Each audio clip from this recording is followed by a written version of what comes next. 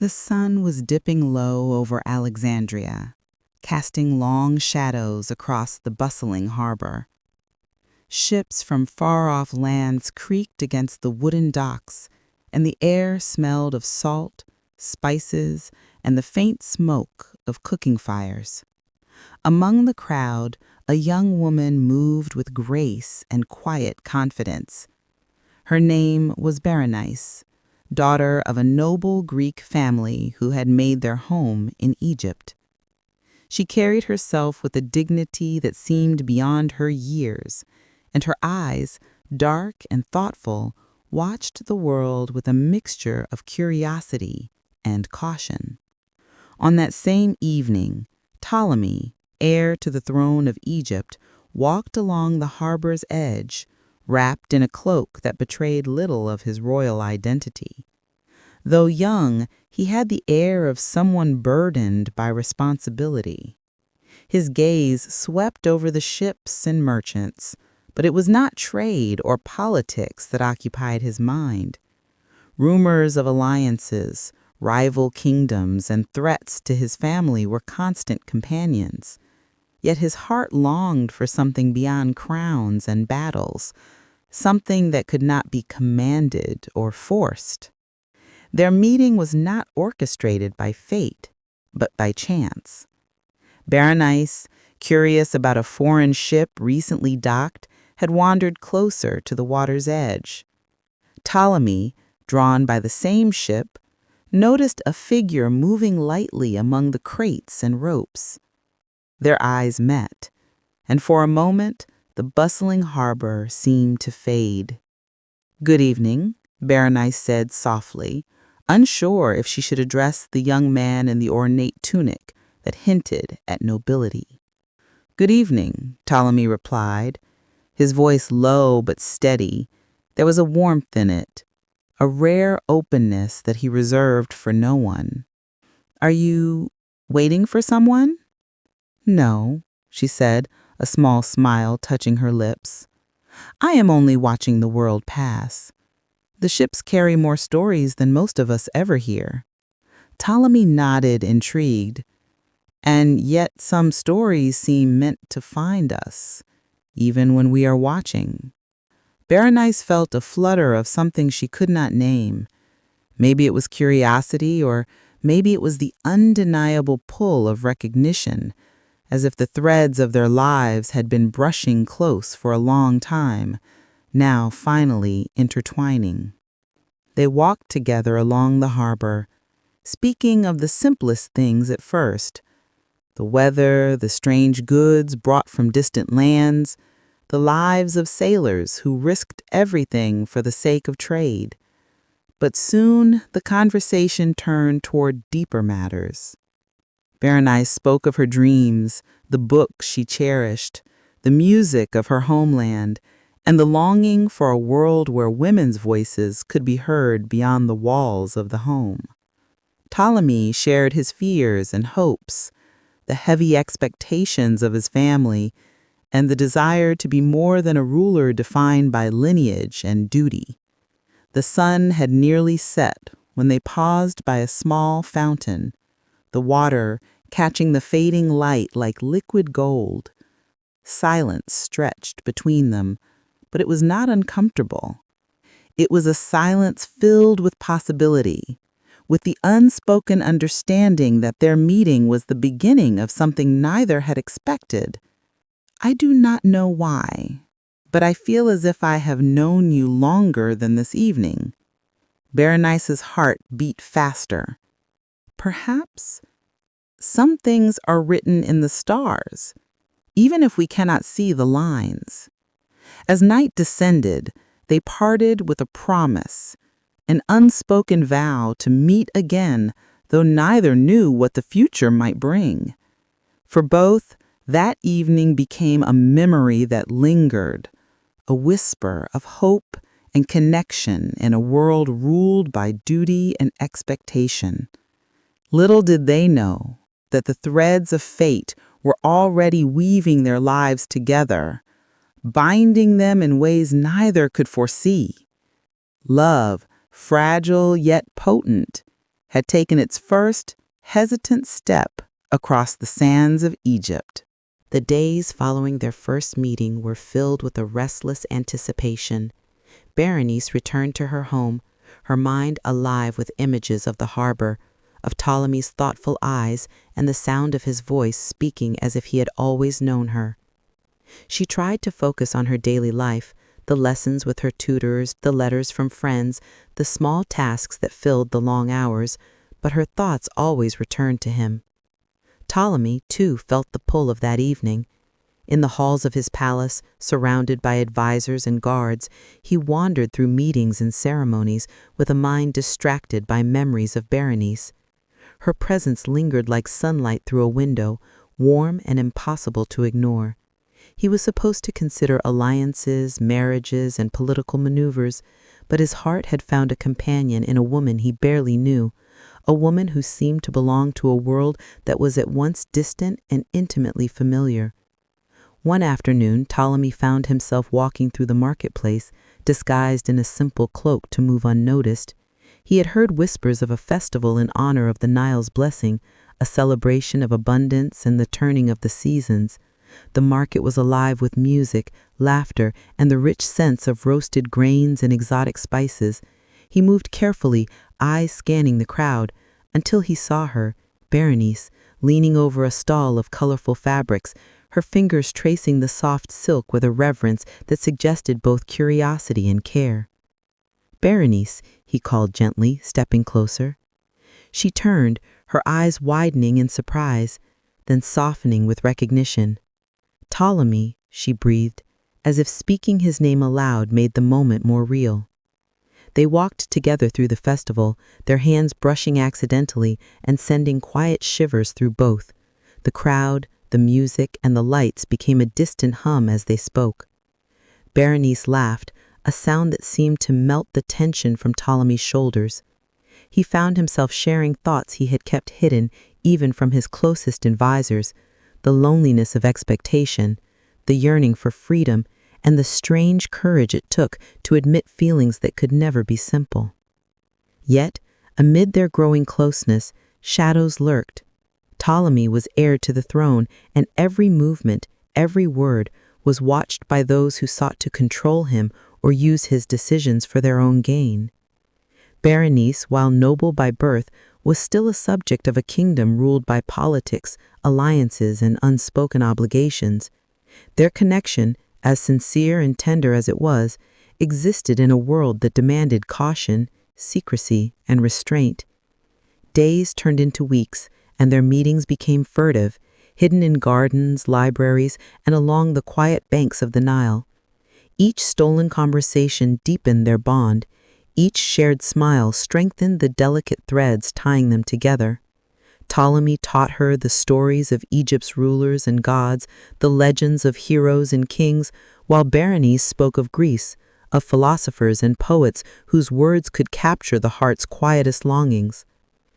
Yet, as their affection grew, so did the weight of what was impossible. Ptolemy was promised in marriage to a foreign princess, a union designed to secure alliances that could protect his kingdom. The thought of another woman standing between them cast a shadow over their moments of joy. Berenice, too, struggled with the knowledge that her position in Alexandria carried responsibilities she could not abandon. Love, as beautiful and consuming as it was, could not erase duty. One evening they met beneath the silver light of the moon on a terrace overlooking the city. The gentle breeze carried the scent of the river, and the sounds of distant celebrations drifted upward. Ptolemy turned to Berenice, his eyes reflecting the weight of what he could not say. "I fear that the world will demand we part," he admitted, his voice almost breaking. "And yet, even knowing this, I cannot let go of what we have begun." Berenice reached for his hand, her touch firm yet trembling. "I feel it too," she whispered, "but perhaps the heart has its own reasons, even when the world tells us otherwise." They remained in silence, holding on to each other in a moment that seemed to stretch into eternity. Outside, the city lived its busy, unrelenting life, but on that terrace, time slowed and hearts beat in quiet rebellion against the dictates of duty and destiny. Though they could not predict the future, they understood the truth of their connection. It was fragile yet undeniable. Every glance, every word, every shared secret was a spark against the darkness of expectation.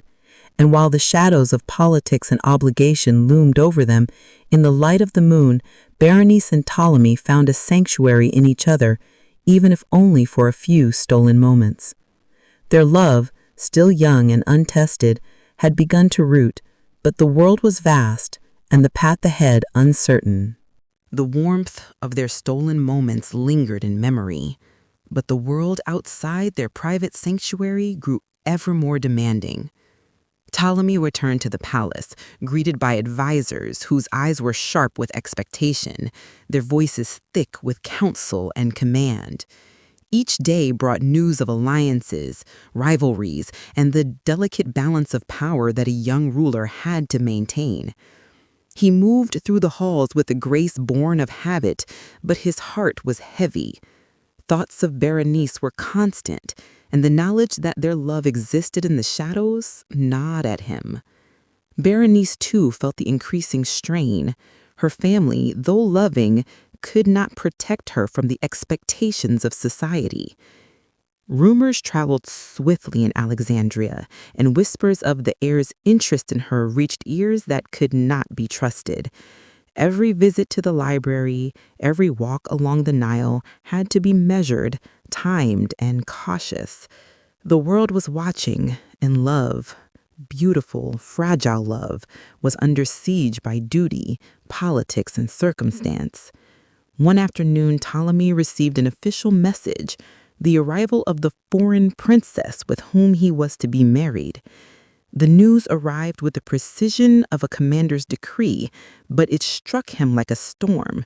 His mind was immediately filled with thoughts of Berenice, her smile, her laughter, the quiet way she had changed the rhythm of his life. For the first time, the crown he would one day wear felt like a weight heavier than iron. He sought Berenice that evening, finding her among the gardens of her family's estate. She was standing beneath an olive tree, the light of the setting sun gilding her hair, and for a moment the world seemed to pause. He said simply, the words tasting of inevitability, "They are coming." Berenice's hand trembled as she placed it over his. "I knew this day would come," she admitted, "but I did not know it would feel like losing the sun itself." Ptolemy shook his head, frustrated at the helplessness gnawing at him. "I wish the world could stop for us even for a single moment. I wish I could choose freely without crowns or duties binding me." Berenice's eyes softened with understanding. "And yet, even bound by duty, we have this," she said, gesturing between their joined hands. "It is real. It is ours, no matter what the world demands."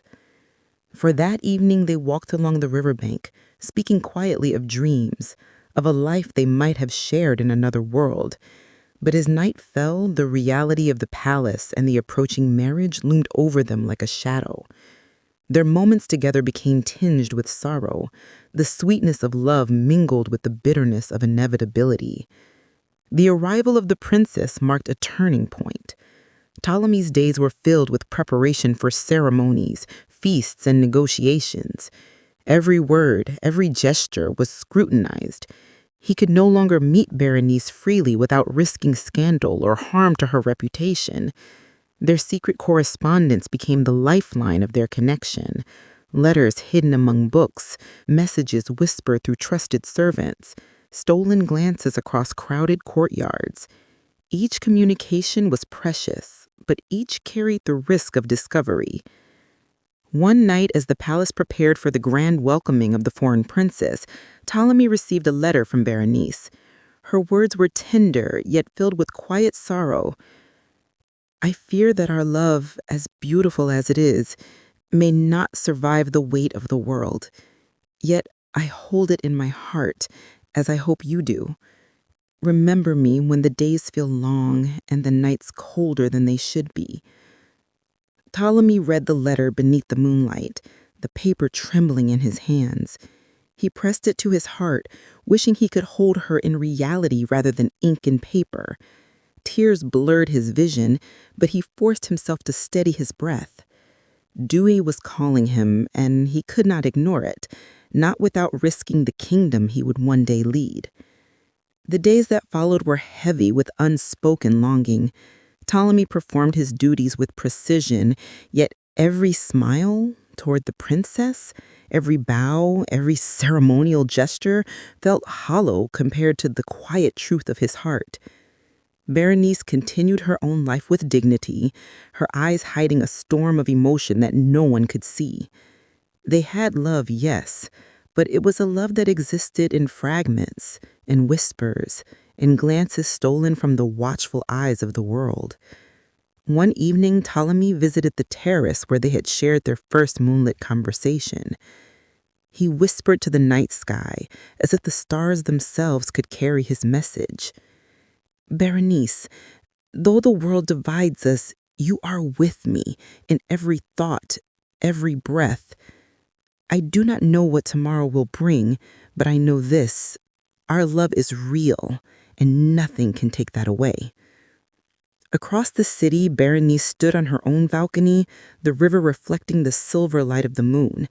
She clutched a small token Ptolemy had once given her and whispered into the night, "I carry you with me, always. Even when duty takes you away, my heart is yours." In the quiet of that night, separated by walls, rivers, and the demands of fate, they shared a connection stronger than any crown or decree. Time moved forward with relentless precision. Ptolemy's wedding to the foreign princess had taken place under the brilliant sun of Alexandria. The city celebrated the union with music, dancing, and feasts that stretched for days. Ptolemy performed his duties flawlessly, wearing the robe of a future king with grace. Yet beneath the polished exterior, his heart was heavy. Every smile for the princess, every ceremonial bow felt like a betrayal of the quiet, burning love he had for Berenice. Berenice, too, attended the celebrations, though she kept herself quietly in the background. Her eyes searched for him among the throng, and though the law and custom dictated restraint, she could not hide the depth of emotion within her gaze. Each glance shared between them, no matter how fleeting, carried the weight of unspoken words, the memory of nights beneath the moon, and the hope that love could endure, even if hidden. Weeks passed. The palace was alive with diplomacy and affairs of state, yet Ptolemy's mind remained fixed on Berenice. Their letters continued, carefully concealed, and written in the kind of language that only they could fully understand. They spoke of longing, of dreams that could never be realized in the world around them, but also of the small joys and the strength their hearts drew from one another. Every letter was a lifeline, a reminder that love, though challenged by circumstance, could not be extinguished. One quiet evening, Ptolemy found himself walking along the riverbank, cloaked against the chill of the night. The city seemed to hold its breath, the moonlight painting silver paths across the water. From the shadows, a familiar figure emerged, Berenice, moving as silently and gracefully as ever. "You shouldn't be here," Ptolemy whispered, a mix of fear and relief in his voice. "You couldn't stay away," she said simply, her voice steady but trembling with emotion. "When my heart is here." They met in the silence, hands entwined, eyes locked in an understanding that transcended words. For a brief moment, the burdens of crowns, politics, and duty fell away. They spoke of what they could not have openly, the life they dreamed of, the laughter they wished to share, the quiet peace of a world untouched by expectation. "You are my strength. Even when the world demands I stand alone, I cannot undo my responsibilities, but I can honor what we share in this life. and I will carry our love with me wherever I go. It is ours, even if hidden, even if the world does not allow us more." In that shared moment, they realized that love need not always be a public triumph to be true. The intensity of their bond, forged through stolen hours, secret letters, and whispered confessions, had made them stronger, more alive. They had loved deeply, and that love had changed them both, teaching courage, patience, and the quiet power of the heart. As dawn approached, they parted once more, but with a sense of peace. Ptolemy returned to his duties, to the crown that awaited him, carrying Berenice in his thoughts and dreams. Berenice returned to her home, her heart full of memory and hope, knowing that love could survive even in the smallest, most sacred corners of life. In the years that followed, their love remained a private flame, delicate yet enduring.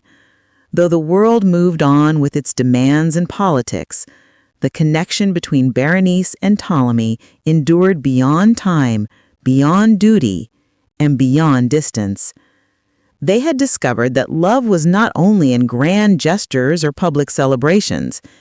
It was in memory, in longing, and in the courage to hold it close even when life required restraint.